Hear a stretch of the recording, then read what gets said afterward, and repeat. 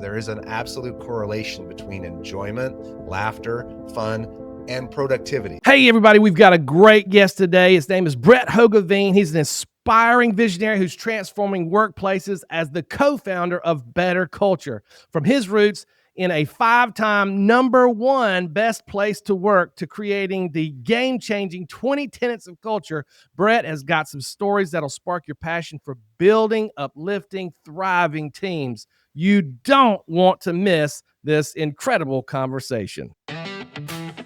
Welcome to The Last 10%. Your host, Dallas Burnett, dives into incredible conversations that will inspire you to finish well and finish strong. Listen as guests share their journeys and valuable advice on living in the last 10%. If you are a leader, a coach, a business owner, or someone looking to level up, you are in the right place. Remember, you can give 90% effort and make it a long way, but it's finding out how to unlock the last 10% that makes all the difference in your life, your relationships, and your work. Now, here's Dallas. Welcome. I am Dallas Burnett, sitting in my 1905 Koch brothers barber chair in Thrive Studios. But more importantly, today we have a great guest. He's the co-founder of Better Culture. He's a true champion of healthy, joyful workplace cultures, which you know we all want that here at the last 10%. Was it innovative 20 Tenets of Culture program? Brett's helping organizations empower employees and strengthen teams and create workplaces that fill your bucket. So I know that you guys are excited about this incredible conversation. Welcome to the show, Brett. Hey, excited to be here. Thank you. Well, it's always fun to talk to someone that understands and shares the same values and really gets it. And you do with the culture and what your approach is to culture and shaping culture in organizations and your experience about creating great places to work. So let's start by just sharing with the listeners, like, how does one go to become a culture champion and start seeing how much culture matters? It just starts with, I'm wearing the t-shirt for a reason here that says culture matters, right? And it starts with understanding that culture matters. Culture matters not just to business, but it matters to quality of life. And it matters for quality of life for employees, for managers, for spouses and families. And it matters for business performance, candidly. One of the things that I'm excited about coming on your podcast for is I love this concept of the last 10%. And I often feel like when most people don't understand how much value there really is. They say the word culture, but they don't really understand that it adds real value both to business and quality of life. And I think understanding that is how you start to become a culture champion, right? Yeah, I think so. I mean, tell us a little bit about your background and your career and how you got where you are today. Shout out to my father, Dr. Kim Hoogeveen. He started a company in the Omaha, Nebraska area. I'm from Omaha. And that organization was called QLI. It's a very specialized healthcare company.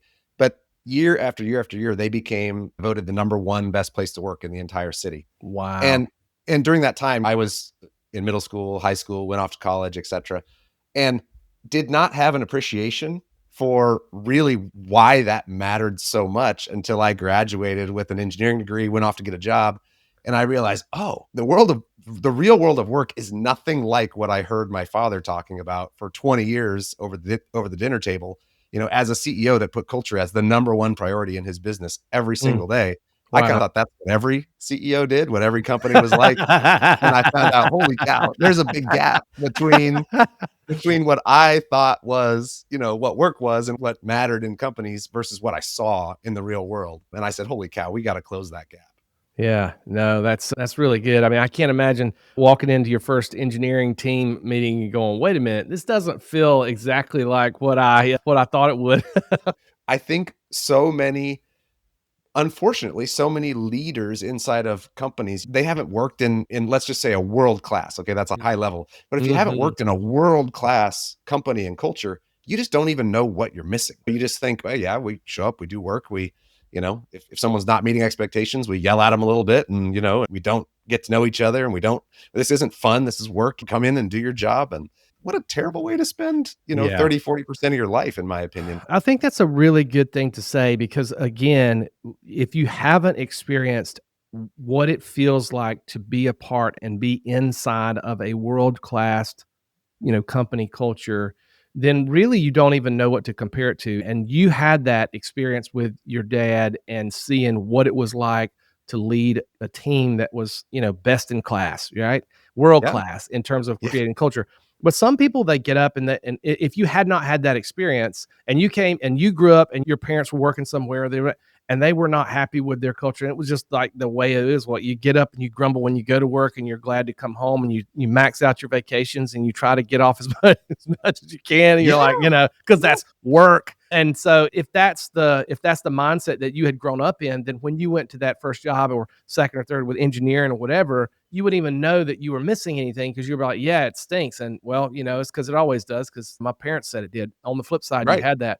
I think that's really great. You've made a comment about growing culture from the bottom up. I'm curious to Yes. see and hear your opinion on that, because obviously I agree with that 100%. Yeah, I wanna talk about that. If you don't mind, I wanna mention, you said kids Yeah. grow up and they learn from their parents or from their support systems that, like, work is almost like a necessary evil and Yes. bosses are inherently bad. I Yes. just wanna give you the perspective from one person who grew up being taught exactly the opposite. I mean, Mm. every single day of my life, my father would say, "What you wanna do in your life and who you want to associate with is people who say, 'Thank God it's Monday.'" Like, Yeah. Yeah. like, it Yeah. is the opposite of the narrative. And because when he was building a company, he was building a culture, that's what he preached. Like, we want people that are excited to be here every single day. And there is a subset of people that feel that way, right? A And hundred so you percent. wanna have a great culture, talk that language, look for those people, and help everybody else realize you don't have to hate your job. Like, there's a totally different way to go about life. I love how you said that he preached that every day, because that is so true. And I think that if you're listening to this, don't miss that point, that the great world class cultures don't happen on accident. They And you've don't. got somebody in leadership is doing exactly what you just said, and that is preaching it every single day, because we're always needing that reminder. We're always needing that shape in perspective, and we're battling for those beliefs in ways that really shape how people think. And you have to, I mean, I share this example all the time. Ford truck doesn't tell every 16-year-old boy that they need to buy a pickup truck, and then they tell them when they're 16 and they never see them again. No, they tell you every time you turn on the television that you got to go buy a Ford truck or a Ford truck. So it's this Yeah. shaping of your perspective. I think that's so critical. I also think that it's so important too, because when you talk about people loving their work, I mean, we believe, when we preach this as well, and that is that we're created for a purpose. And if you're finding and living in that purpose and you're delivering value, you're going to be so much more enthusiastic when you come to work, because you feel like you have value. You're contributing to something that has value, and that is leaving a mark on the world. And you're doing it in a corporate team environment that's fun. Man, that should get everybody excited. Should get Yeah, everybody excited. absolutely. It should. So, sorry, I just wanted to take a call back with you right there because I Yeah. don't wanna miss that, right? This Mm-mm. idea that it's people's perception of Mhm. what work is, that is where your culture starts. And you've got to overcome. It's like what you were saying. There are a lot of people that don't have that perspective, because they may have not been given that idea. They've not been sold that vision. And they Mhm. may have grown up in a household where their mom and dad didn't like going to work. And so as a leader, it's not saying that if they don't walk in the door and they have that understanding that you're out of here. No, it's saying we're taking that responsibility on as a leader to project and to Shape it. infuse and everything else. We're going to shape it. And so that's our goal. So I love that. Let's Good. talk about that from the bottom up. So how do we start building and growing our company culture bottom up? Yeah, this is the most exciting thing in my world here the last couple of years. For a decade plus, we've been thinking top down in organizations. When an organization, whether that's at the C-suite or the manager of a team, when they say, "Hey, look, I know culture matters and I want to make improvement there." For the last decade, the perspective has been great. Let's talk about what leaders need to do to make that happen, right? And we teach a whole curriculum. We have a lot of great philosophy around that. But a few years back, probably 3 years ago, even with our best clients that we had our deepest engagement with, 85, 90% of their employees, like, we just never had a chance to make an impact on or to communicate directly with. We'd work with leaders Mm, and say, "Hey, it's your job to now mm. build this culture." And so we started asking the question, well, what would it look like to think about how you could help an organization build a healthier team and healthier culture from the bottom up, like Yeah. from the every employee perspective, take the Yeah. onus a bit off of leadership and say, how could people lead from any seat in the organization to create healthier teams and cultures? I love that. I love And that. that led to a bigger project than we expected. We spent probably 6 months looking at best practices, research, investigating our best clients, trying to figure out what is it that a superstar employee does in Yes. every organization across the board. If an employee comes up, and I'm not talking technical expertise, but attitude, behavior, all those types of things, what is sort of the description of a universal star employee across industries? Yeah. And as we got closer and closer to figuring that out, spoiler, we ended up with 20 attitudes and behaviors that we call our 20 tenets. Okay. When we're looking at the research, we were finding, oh yeah, like it's almost like a universal set of core values that across organizations, everybody would say these are great things. What we didn't expect is that before we finalized that list, we found corresponding research that says if people will learn these 20 attitudes and behaviors, okay, which I'll share some of in a minute, Yeah. but they will be more happy and more successful personally. So forget company culture, forget team health. We did not expect that there would be such a correlation between these behaviors that contribute to great, healthy bottom-up cultures and personal success and happiness in life. And once we found 100%. there was this correlation, we said, okay, all 20, whatever number it comes out to be, ended up 20. We have to be able to say, if employees will lean into these behaviors, not only is it good for teams and cultures, but it's good for them, right? Yeah. And that's what has gotten me so jazzed up and excited about these 20 tenets that we created. Well, I think that's so true. And you hear people say all the time. I was talking to a manager a year or so ago, and he was telling me, he was like, I don't care, what you did last night or at home. I don't care if your kid is sick. I don't care. Nothing. He said, I don't care if you're having, you come into work and I want you to be like this. This is how I want you to be. And when you go home, you can be however you want. And I just was like, oh, I was shaking my head. Oh, God. Because it's this idea of you're one person at home and you're one person at work. And I agree. I understand that there's pressures and challenges in both arenas. And I'm not saying that you're exactly the same, but I am saying that there is a level of integration that goes there. You are the same person. If you're struggling at home, if you and your spouse are having issues, or your kid is sick with a chronic illness or something, there's no way that does not affect your performance. And if you're like beat down at work, or if you've got some kind of issue going at work and there's some massive stress going at work, there's no way that you're not taking that home. And so this integration of the two, I think that you bring your whole self to your work and you bring your whole self home. And we got to figure out a way that whole self is healthy and thriving and living in that last 10%. So I love that. I love that idea. And the 20 tenets sound like really great. So let's talk about a couple of those. I want to specifically, because I like having fun, right? Like this is good. And a lot of companies, they don't know that they're not having fun. They're in a grind and they think it's normal. You're an engineer. I'm a chemist. We know this. You go in the room. That is like, so well put. Yes. My gosh, is this a morgue or is this a business? Like, what are we doing here? And so if we're having a good time and we're enjoying our work, it's going to be something that comes out. It's going to just become something that comes out. So you've said in uplifting work culture is really critical. And, who doesn't want to work? Who wants to work somewhere that doesn't fill your bucket? And you've got a couple of tenets like upbeat and saying thanks. How would you talk about the importance of that idea in filling your bucket at work? Yeah. Well, so you mentioned upbeat, you mentioned saying thanks. The 20th one, and it's not a tag. We don't mean it as a throw on, but our last one is called laughing matter too, right? Like have fun at work, right? Yeah. And so, being upbeat in general, I have come just personally to value this trait in people. The further I go in life and the more people that I meet, I don't want to spend time with somebody that's in a bad mood. Like, just so take this outside of work, right? Let's just talk about your personal life. Why the heck would I want to spend my time with anybody gripe and complain? I have no interest in that. A wake up call for people, right? Like, if you think that complaining is conversation, not to me, it's not, right?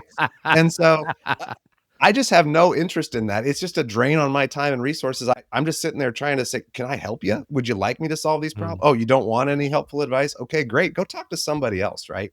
And that's just in your personal life and relationships. It's draining to be a glass half empty kind of person versus a glass half full person. It's good for you to be more upbeat because it becomes a self-fulfilling prophecy. When you say, I'm not big into manifesting and things like that's not my game exactly. But I do think what you talk about, what you notice, it becomes reality and affects your mood. It affects, just overall quality of life. I think when people aren't getting coaching to be a little bit more upbeat, to smile a little more often, to have some more fun, don't take yourself so seriously. People in all across the world, but in North America, there's a lot of data that shows people are more stressed than they've ever been. People have more anxiety, more levels of depression, etc. There's all kinds of complicated reasons for that. But if you can get at just generally being more upbeat, Mm. It's right on the nose of improvements in quality of life if you're genuinely more upbeat.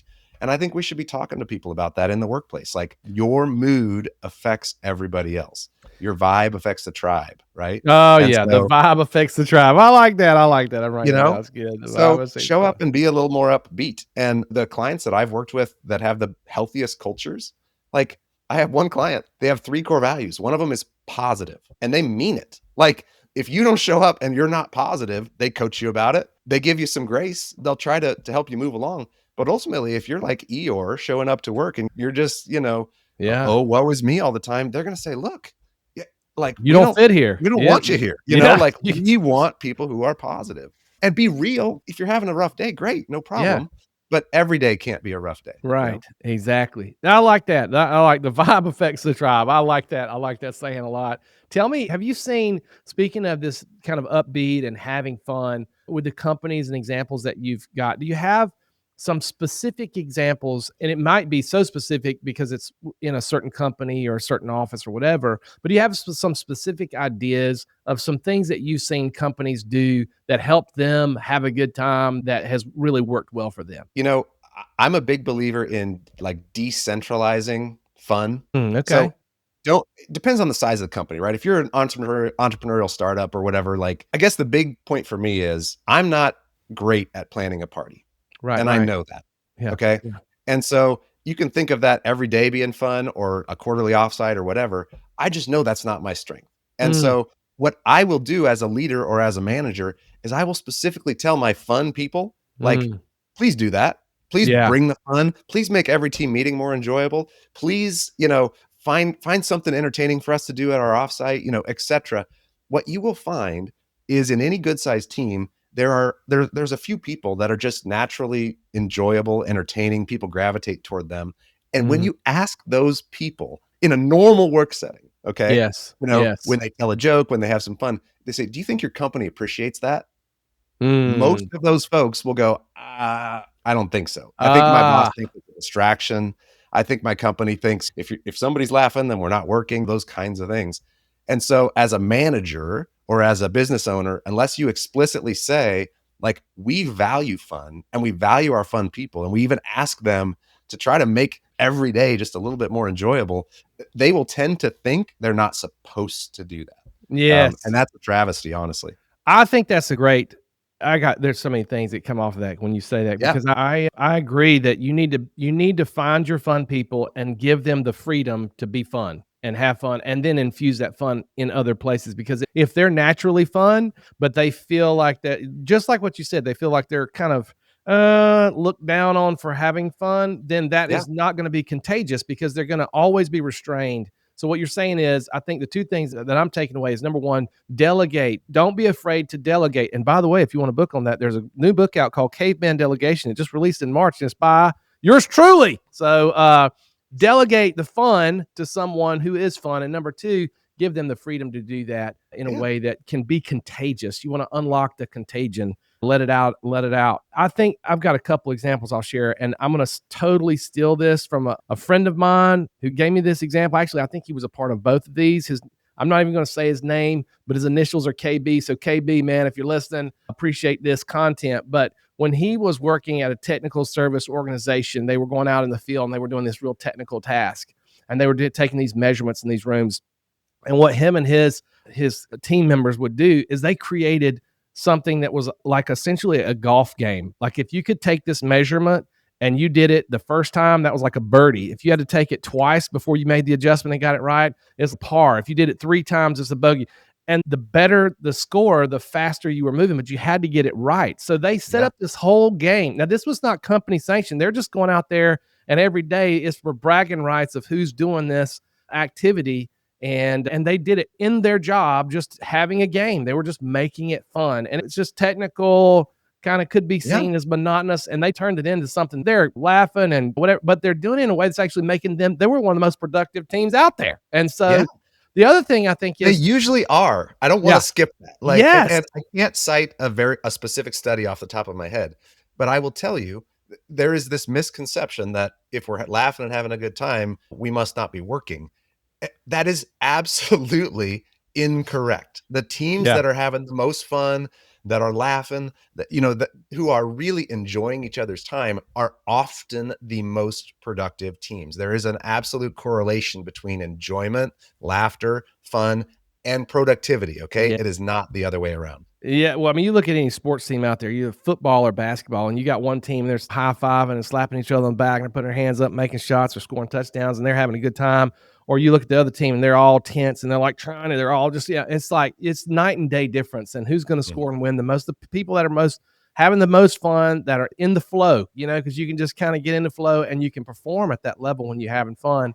I think another thing that he did, there was a Christmas party and it was just like, we're going to work in the background and we're going to give a couple awards. And it was like, that was it.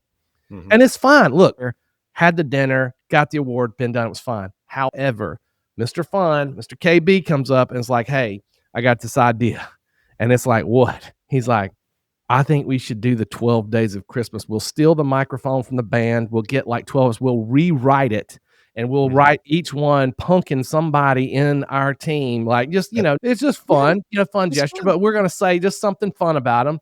And I said, bro, that sounds awesome. And so sure enough, he goes and gets a couple guys. They come back with the 12 days of Christmas rendition for this company with the team that's in the room for the Christmas.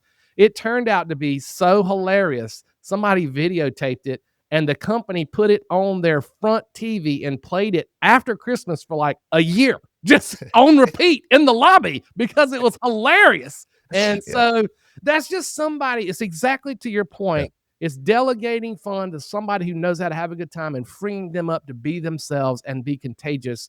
And I think your point is so spot on. And it can be in the mundane and it can be in the moments like a Christmas party that you should like make it special. Take the mundane and make it fun, and take special moments and you can make those fun too. And I think those are memories. So both times I think you can increase fun. So I love your idea. I love the tenet about having fun. And I think it's great. Really good stuff. It's simple, but it's important. Yeah, simple. Let's talk about some more. I'm interested because your 20 tenets kind of want to create a common language. Have you seen instances where people are buying that in and they're using that in their company where it helps them, give them a basis to grow and shift the culture? I have, yeah. In order to answer that, I want to explain the way I think about these 20 tenets is really on 3 levels, okay? And the first is it's a philosophy. It is a philosophy that says it is possible to build healthier teams and cultures from the bottom up. And that means any and every employee can and should do these things to lead from their position, to build healthier teams, to build themselves, right? So that's the philosophy piece. The level above that is that what we've built with 20 tenets is a set of tools. There's an assessment video for each tenet. There's a coaching video for each tenet. There are discussion exercises. There are like all kinds of things that you can use as a set of tools to encourage growth along these 20 employee attitudes and behaviors. All right. And the third level this is only for like our enterprise clients, but we built it into a software. Like if you want to operationalize this and not have any administrative overhead and just make sure that there's some continuous coaching happening inside a system, this, you have a great coaching product yourself. Software can take the lift off of managers and everybody else to make sure that people are doing these things consistently over. Yes, 100%. So I wanted to mention that because there's this idea, right, that if we invest in our people and their individual skills in the right direction, it builds culture. And then there's like the tool piece, the level 2, which is, okay, so how do you do it, right? And what I have found is, let's correlate this to core values, okay, in an organization. Many organizations have core values. And those core values are somewhat similar to our 20 tenets, usually, right? It's going to be something that it's a desired attitude or behavior, hopefully, for employees to show up and do. Yes. But they don't get a lot of value from those core values because they don't do a few obvious things. When we re-looked at this and we said, how do you build a healthier culture from the bottom up? We said, well, first, you got to identify the right behaviors. Okay. And we did that with these 20 things. Maybe you've done it with your core values. Great. What's the step after that? Well, here's what most teams and organizations miss. Have you adequately assessed which of your employees are excelling on these core values and which are not? Where do people currently stand, right? So you know where you want to go, but you don't know where you are, right? So there's an assessment piece. We've got to have conversations about, are we living these values or not? Yeah. The next thing that we do, and we help organizations suggest, is we have 20 of these things. We just think, since it's in people's self-interest to get better at these, we ask people to pick 2. Like they get to pick which two of these do you want to work on, which do you want to make progress on. And Mm, again, for your own benefit, right? In addition to the team's benefit. And yeah. then we try to give coaching content, suggestions, discussion activities, all sorts of ways that people can make progress, hopefully over the course of a year on the things they want to work on. And so I'd be Yeah. happy to get more specific, but I first wanted to paint that sort of framework for you on Yeah. how we conceptualize, like, if you have clarity on these attitudes and behaviors, what does it actually take to drive steady and continuous improvement? Yeah, I think that's a great thing. I like several things that you said about that. Number one, just identifying clarity is fundamental and key. And I think you're so right. And I've had this experience as well. When you go into a company and they've got organizational values or company values on the wall, and then you go to the first office to the left and you say, "All right, can you tell me those 5 values on the wall?" And they're like, "Oh, well," and they might get one or two, and you can tell that it's not saying that they don't believe that or if they don't want that. It might be aspirational. It might be actually lived, but it might just be aspirational. And the problem is when you point to that and you say, if your value is this, tell me 3 examples of how you live that value Right. every single. And whether you ask the CEO or whether you ask an employee, if they don't have some things that they're intentionally driving or intentionally how they've structured certain things, like if one of your values is developing your employees and you don't even have a, a learning or coaching system in your organization, then you may not value that. Might be aspirational. So if you want to value that, then you've got to figure out how you're going to integrate activities into your organization and individuals, like you said, which I think the second thing is really focusing on 1 or 2 things to improve. Because again, I love the 20 tenets, but you can't eat the elephant in one bite. So I love how you No. say, hey, look, we're going to take it back. We're going to say, I need to focus. What's going to be most meaningful to me and our organization is if I focus on these 1 or 2 things, and I'm going to get better at these. When I really perfect this, then we're going to move forward and do the Yeah. next 2. So like you give the example, you go down the hall, you pop into an office. Let's say you talk to some employee named Bill in some Yeah. standard company. Okay. Mm-hmm. And you say, Bill, what are the core values? And Bill scratches his head and says, I have, maybe there's 1 or 2 he can kind of sort of name. Here's the question. I'm a big believer in continuous improvement across all different aspects of business, and culture should be no exception. And so here's the question. Does that company, even if they have great core values, even if they would be valuable if people embrace them, do they have a plan to make sure Bill is getting better on any of those values? And the Exactly. answer is no, they don't. Yeah. How hard would it be to say, Bill, what's your strongest core value of ours? Which one are you best at? Which one are you worst at? And which one do you want to work on? Right. And then actually to give him some content to say, how could I get better at those things? How could I make progress on the one that I want to work on? And Yeah. that's why most teams and companies' cultures aren't getting any better, is because they actually don't have a plan for improvement. Right. Right. And so that's what we've tried to build with this 20 tenants is like, Yeah. first identify what a star employee would look like, and then build a process that actually helps coach people for everybody to get better and I stronger. love that. I love that. I think that's really great. I love the systematic approach you take to it, because I think sometimes people, when they hear the word culture, it really almost feels ethereal. Like they don't. It sounds like a touchy feely. It sounds like something that is a feel good thing, but yeah, that's not how we do it around here. That's not going to make me money, or that's Right. not going to Right. make our product any better. It's just something that, yeah, Yeah. we have a great culture quote. I think what you're saying is with the 20 tenets is we're going to land the plane, and a great culture starts with at minimum at least these 20 things that we say you need to integrate these things into your organization. If you do that, you're going to have it. So Yeah. it's not ethereal. It's not unknowable. It's very, It- very straightforward. It's just intentional. it's intentional, it's baby steps, and it's giving, it's not launching some initiative that everybody has to fall in line on.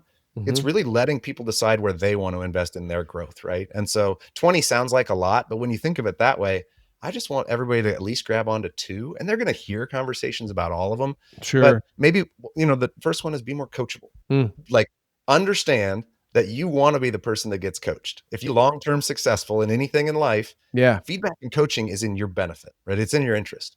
But Right. most people, most employees resent getting feedback and getting coached, Mm. right? Yeah. Hey, my boss has some feedback for me. Oh, performance. Like, when you hear negative or feedback that is meant to help you be more successful, if you want to be more successful, your perspective should be awesome.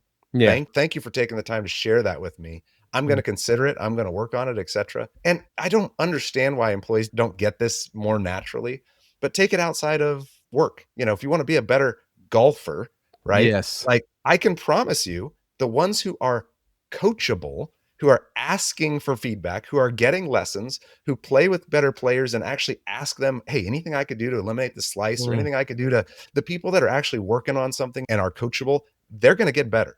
And the people that just think, oh, I'm going to show up and just do what I do all the time, they're going to be the same, right? Yeah, it's And Groundhog so, Day. Yeah. being coachable is extremely valuable, right? I think I love that. And I want to ask you this. Of the 20 tenets that you guys have created, do you see one or two that seem to be the ones that either organizations miss the most or have the Mm. hardest time integrating into their fabric? In your experience, if you were to look at that list of 20 and say, okay, I've got these 20, which ones of those were in your experience, if it's like, man, we can't, this just doesn't work, or has this been really hard to integrate? I know that's a tough one, but I'm looking at my list. It's going to be yeah. a long list, but Ah, I'll give you a couple that come to mind, okay? okay. That are the biggest misses. Yeah. That are like that organizations just miss these by a mile. One of them is Tenet 14. I'll give you my numbers, not that it matters, but Yeah. it's called all aboard. All Okay. aboard. And the idea here is when your team, when your company like makes a decision, it's okay to have discussion and even disagreement prior to that making of a decision.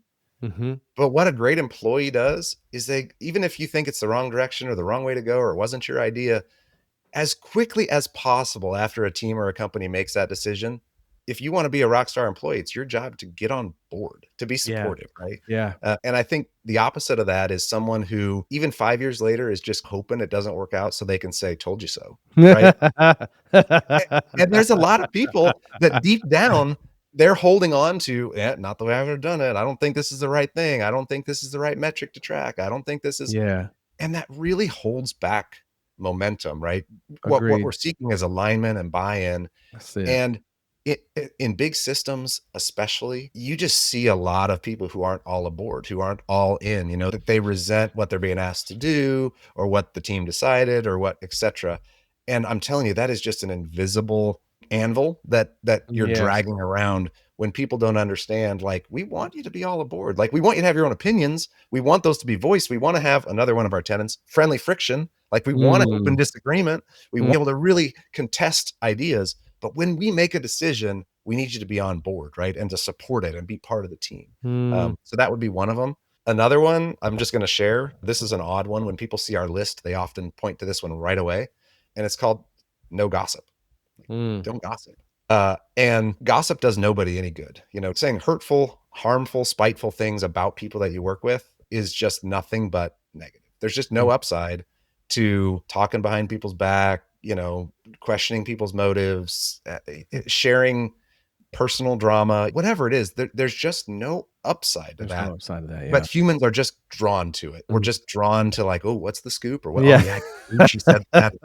And in so many work settings, you just see a lot of gossip and Yeah. it's just not productive. And so that was one of the things when I worked at a previous company that had a phenomenal culture that I mentioned in the introduction. Yeah. One of the biggest, most noticeable things you just don't see is people don't talk bad about each other, like ever. And if you do, other people say, what are you doing? We don't do that here. She's great. What are you talking? They make someone who's gossiping feel very uncomfortable of like, why do you say that? Oh, wow. I think he's great, whatever. And it's like there's antibodies in the system against some of these toxic things, right? And so if you can get to the highest level of some of these cultural perspectives, they become self-sustaining because it's, no, this is who we are. This is how we work. I think that's I love both of those examples because number one, with the gossip, I just look at gossip and I say gossip equals distraction because there's so much there. If you're talking about this over here, then all of a sudden you create drama and now there's a whole 2 or 3 people. And now we're focused on resolving this issue of he said, she said, blah, blah, blah, blah. And what we're not focused on is great customer service, is quality and excellence in our manufacturing or delivery of that service to the customer, what the customer thinks. We're just focused on the drama. And whatever time we're focused on that is a distraction. So I think that's really great. I think the getting on board thing is so true. I think there's so many reasons that can go off track because there's personal pride involved, right? If we have an idea and everybody doesn't see that and we kind of get hurt and a little pity party a little bit, which is, hey, we're all susceptible to that. I'm not throwing shade. I'm just saying, like you said, the faster we can snap out of that, because really it's seeing the bigger picture. I may be in sales and the company may make a decision and it may negatively impact my team, but the reason is there's a greater good. And so if I can pull myself back and see it from other people's perspective and organization, it may help me realign my vision and say, oh, okay. Well, it doesn't help me, but the pain that I'm feeling is the sacrifice and contribution I'm making to make the team win. And sometimes it's so hard to get over that hurdle, right? It's just so hard. It's hard to take that bitter pill. But I think that, to your point, is that if you can move through that and get on board, that alignment is going to keep the momentum going. And I think it's like you were saying, if you're pulling a weight, even if you are doing it, but you're not all in, you're never going to be doing it as well as you could if you're enthusiastic and engaged and you really care and you want to do that. So it's a lot of this stuff is a mental game. We're trying to shift our mental. We're trying to say, how are we perceiving these things? And I would say at an individual contributor level, it's very understandable. Let's say you're a sales producer and a change gets made that's going to affect your commission schedule, or it's going to affect something. It's understandable to say, I don't support the decision. Because it goes against my self-interest. And it's not helpful at an individual contributor level if people feel that way. And that's why we're coaching these 20 tenets. Like, no, I want you to try to understand and get on board and support it. Yeah. But it's at least understandable at an individual contributor level how they might feel not able to get fully on board. Sure. At a leadership level, if you're the sales director or the sales leader, that is your responsibility to think for the company, right? That's part of being a leader, is saying, hey, look, I know this affects my team and my division, but I'm a leader in this organization, which means the company is who I'm ultimately working for, right? And so I've got to get on board and be aligned. You better. And just think about that. And that's what we're talking about, momentum, because you mentioned two different scenarios. If you've got a team you're leading and the first person says, this is really hurting us and this is making my job harder, and they're an individual person, they're a team member, they don't see the whole picture. They see the work in front of them. Now, if you're the leader and you go, I'm not in it either. You know what? I think it was a stupid decision. I can't believe. All of a sudden now that has spread through that whole team. And that whole team now is like, well, and they're going to be slower and they're not going to be, you as the leader, it's so important because now you've got to not only say, I am in it, I'm doing it for me. You've got to be able to sell it to those people and say, no. I know it's harder. I know but listen, it's going to help. We've got to do this for the team. And you're bringing everybody back. That's worlds apart. That's worlds apart based on the leader's response to that. So I think that's a really great point. If you're interested, that leads me into my number one of all the 20 tenets, the number one that I think affects the most things. Okay. You want to hear it? Let's hear it. Let's go. Yeah. And it's number 3, and it's simple words, simple to say, hard to do, but it's assume positive intent. Okay. Learn to assume positive intent from other people. All right. So let's keep that scenario going. If you're the sales director, if you're the, et cetera, if you're feeling like, hey, this decision doesn't make any sense, I don't like it, et cetera, that is stemming from deep down some perspective of not assuming that whoever made that decision is trying to make the best decision for the company, right? Yes. Like they just didn't hear what we said or they don't understand. No, if you start from a perspective of, I assume positive intent of the people that are leading this organization or the people that are leading the division, et cetera. And that doesn't come easily for a lot of people. No. And so part of the job of leaders is to make sure that we are communicating, sharing stories, doing PR for other department heads, other like people that have to make these tough decisions. You can't just snap your fingers and say, okay, assume positive intent tomorrow. But over time, if we're running a high integrity team, an organization, and if you're working for good people that are trying their best to build a good company, it should be an obligation of everybody to work really hard to build one another's reputations in a way that you can assume positive intent. A decision gets made, you don't have the info, it's okay. I assume positive intent, right? And that affects so many things, right? And even just think about interpersonal communications between employees, right? The drama, the conflicts, the things that pop up.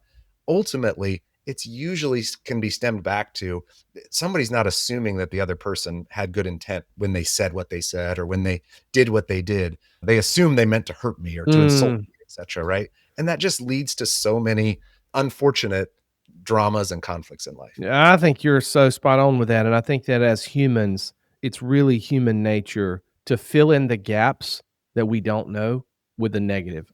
I know any listener listening to the last 10% naturally has not known something and they've jumped to a conclusion that was negative. Like you don't have the report that somebody didn't call you in time or the doctor doesn't call you with your, Right. your medical, Right. you're like, oh my God, I probably have this. I'm coming, and I'm losing my. And we just always tend to go to the worst case scenario. Some Yeah. people have that more than others, but I think it's a human condition. And I think so. You have to be really intentional, like you said, and I think this is a challenge to businesses as well. I think you said that well. Businesses have to be in the business of communicating. And if you're not communicating with your team members, all you're doing is stressing that number 3 point. Your number 3 point, assume a positive intent. As a business, I want you to have to assume as little as possible. Yeah. Over communicate. Yeah. I Yeah. want to over communicate so you don't have to. But Yeah. in the situations that you do, I want you to know that we're working very hard and you're part of the team and you can assume the best. But hopefully you don't have to do that. We don't want to lean on that one as an organization. It's like, Yeah. we're not going to tell anybody anything. We just hope they'll No. assume the best. I'll So, lean on it, but if I could go a little deeper here, okay? yeah, So I yeah. said all these things, they're good for your company and your team, but they're good for you personally, all right? Yes. And I Yes. am not a perfect leader. I have all sorts of things that I'm working on. Out of all 20 of these things, I will tell you, this one is like my superpower, okay? I am really good at assuming positive intent. When somebody cuts awesome. me off in traffic, I just think, man, they must have somewhere to go. If I come outside, I'm not kidding. I am That's not kidding. awesome. It drives my wife nuts, but like I'll come outside and if somebody's walked their dog and there's somebody left some poo in my front yard, Yeah, right? yeah. A lot of people would walk outside and they would go, "Oh my gosh, what a jerk," etc. I Yeah. will walk outside and I'll go, "Oh man, I bet they felt really bad. They must have forgot to bring a bag." Right. And I will, and I mean it. Like I am Yeah. really good at this. And what I will tell you is I don't get upset. I don't get offended. Yeah. I'm happy all the time because Yeah. I am so good at assuming positive intent from other people. And it Mm. is in my own self-interest. Like It is. I am happier because of it, right? Yes. And Yes. so it's good for teams and cultures, obviously, if people can assume positive intent from one another. And so what I have seen so many people destroy relationships because they can't do this. They assume the worst and then they don't talk about it and it spirals. And oh my goodness, if you'll Yeah. just start telling yourself, oh, I'm sure they didn't mean it that way and move on, you will be so much happier. I love it. Listen, listeners of the last 10%, take it from Brett. Assume Yes. positive intent. You guys got to be like Brett on this one because he has a superpower of that. That's a great story. And I think it's so true. When you do it well, all you're doing is helping yourself. You're essentially eliminating just a lot of negative energy and a lot of just stress and anxiety, which is putting cortisol in your body. And we all know the negative effects of that. And so I think that's really great. And I think that's true. I'll ask you one more question. If your dad was to give you, now you made a comment earlier of him being able to preach of culture, but if Yeah. your dad was on the show today and he said, all right, there's one thing, remember this one thing. You remember the movie saying there's this one thing. If he was to say there was one piece of advice that he would give organizations that were looking to move into the last 10% of organizational world-class culture, what do you think he would say to the organizational leaders? He says a lot of things. All right. Yes. And depending on the day, you might get a different piece of advice, but I'll share Right. something that we believe at Better Culture. And this is aspirational. Okay. Right. Yeah. Yeah. But if you want to have a healthy team and culture, if you will make it your goal, okay. Now be careful about this. Don't say it out loud right away. But if you will make it your goal that every employee in your company will report to a world-class manager, that's a game changer, right? So because you're acknowledging culture matters, people's work experience matters, and about 50 to 70% data shows of how an employee feels about their whole company is related to the relationship they have with their boss and their team, but their boss largely. If you tell me culture matters, but you are not putting the right people in management roles, you're not valuing the way that they lead people, then I'm going to tell you, you're giving lip service to this idea that culture matters, right? And so if you have a team, company of 100 people and you got 15 managers and you want to move the needle on culture, those 15 managers are where you need to look. Put the right people in the right places and train them how to be more effective leaders. And so I think that would be the number one thing is you gotta put the right people in those roles and you got to train them and teach them how to lead. Couldn't agree with you more. Your leaders are going to determine your culture and they're going to drive that those values, those 20 tenets are all going to be driven by organizational leaders in your company. And if you don't have the right people there, the rest of it's not really going to matter. You can have fired up employees, but they won't be for long if you got leaders throwing buckets of cold water on their efforts. Right. So no, I love that. I love that. I think that's really great. That's great advice. And I think it's a call to organizations. It's a call to leaders that are listening to the last 10% to ask themselves, it's time for a little self-reflection. Are you the leader that's moving the ball forward? Are you helping? Not only are you assuming positive intent, but are you helping your teams do that? Are you on board with company initiatives? Are you driving those things forward? Are you allowing gossip in your organization? What are the things that you need to be better at as a leader? Because if you're driving culture forward, you're the culture keeper. I think that's really great advice. You made a comment earlier that really stuck to me. You said it was like antibodies. I think that's a sign of a really strong culture, is a self-policing culture. It's when you walk into an organization and, like you said, somebody starts sharing gossip and they're like, what are you doing? She's great. It's fine. That right there, that those antibodies, are built up over time and they're throughout the system. And it's not just localized antibodies. It's the whole body is protected. And I think that's really a great analogy that you said. And so as we're trying to build those culture antibodies in our organizations, if somebody wanted to learn more about you and your better culture and just all the things that you guys are into, your 20 tenets, how can they get more information about them and find out more about you? Yeah, well, you can find me, Brett Hoogeveen, on LinkedIn, or you can go to betterculture.com, our general website. But what I really want your listeners to do is I'm gonna make a free resource available to you guys. If you'll go to betterculture.com/last 10 and use the number 10, not the word 10, but just last 10 after betterculture.com. I'm going to give a free, what we call our culture Kickstarter pack. And what this is, we've taken 2 of these 20 tenets and we're just giving away all of our resources completely for free that any leader can use to help build a better team from the bottom up. And so that's a self-assessment you could do with all your employees. That's a coaching video content. That's discussion. It's like a team building activity. It's a whole bunch of stuff that you could do to start pushing and coaching people to live these values that'll make a big difference. And we just released it. And I think it's the best resource that we've given away for free. And I just want to put tools in the hands of leaders or culture champions and say, grab this and try it. So that'd be number 1. Okay. All right. Well, this is fantastic. So listeners, you got a free tool from Brett. And we'll add that. If you're driving right now, don't worry, we'll add it to the show notes. But please visit that and get your free tool, and we'll put it out there so that you guys can download that and get some great information on culture. You get 2 of the 20 tenets. That's awesome. That's really great. I appreciate that for our listeners. That's good. I'll check it out myself. It sounds amazing. A cool tool. I'm telling you. Sounds amazing. Cool All right. Well, listen, we always ask a guest on the last 10%, if they were to have someone that they wanted to listen to on the last 10%, who would they share as a name of a guest they would like to see or hear on the last 10%? Yeah. Well, I think I'll do a shout out to one of my friends who is a speaker, has built a really cool business. His name's Paul Epstein. Runs a brand called winmonday.com. And it's really about, how do you figure out how to be motivated and how to get going, whatever career path you're on in life. And I think Paul's a really motivating, interesting guy. I like that. I like Win Monday. Paul, we'll have to reach out to Paul and see if he'd be interested in coming on the last 10%. We definitely like winning on Monday because you can't win it. You can't win every day if you don't win Monday. So that's good. That's good. Well, Brett, thank you for being on the last 10%. Thank you for sharing your 20 tenets and some wisdom as it relates to culture. I think the listeners had a great time listening to the conversation today. We just appreciate you being here. Cool. Absolutely. Thanks for having me. Thanks for joining us today on the last 10%. We hope you found today's content engaging and encouraging. Remember to subscribe to the podcast to hear the latest episodes and help us out by rating and reviewing us so others will join our community. We release new episodes every other Tuesday. This podcast can be found globally in any podcasting app, including Apple Podcasts, Spotify, Google Podcasts, and Amazon. Subscribe today. Plus, visit our website, join our email list, and discover resources and info for your business and team at thinkmovethrive.com.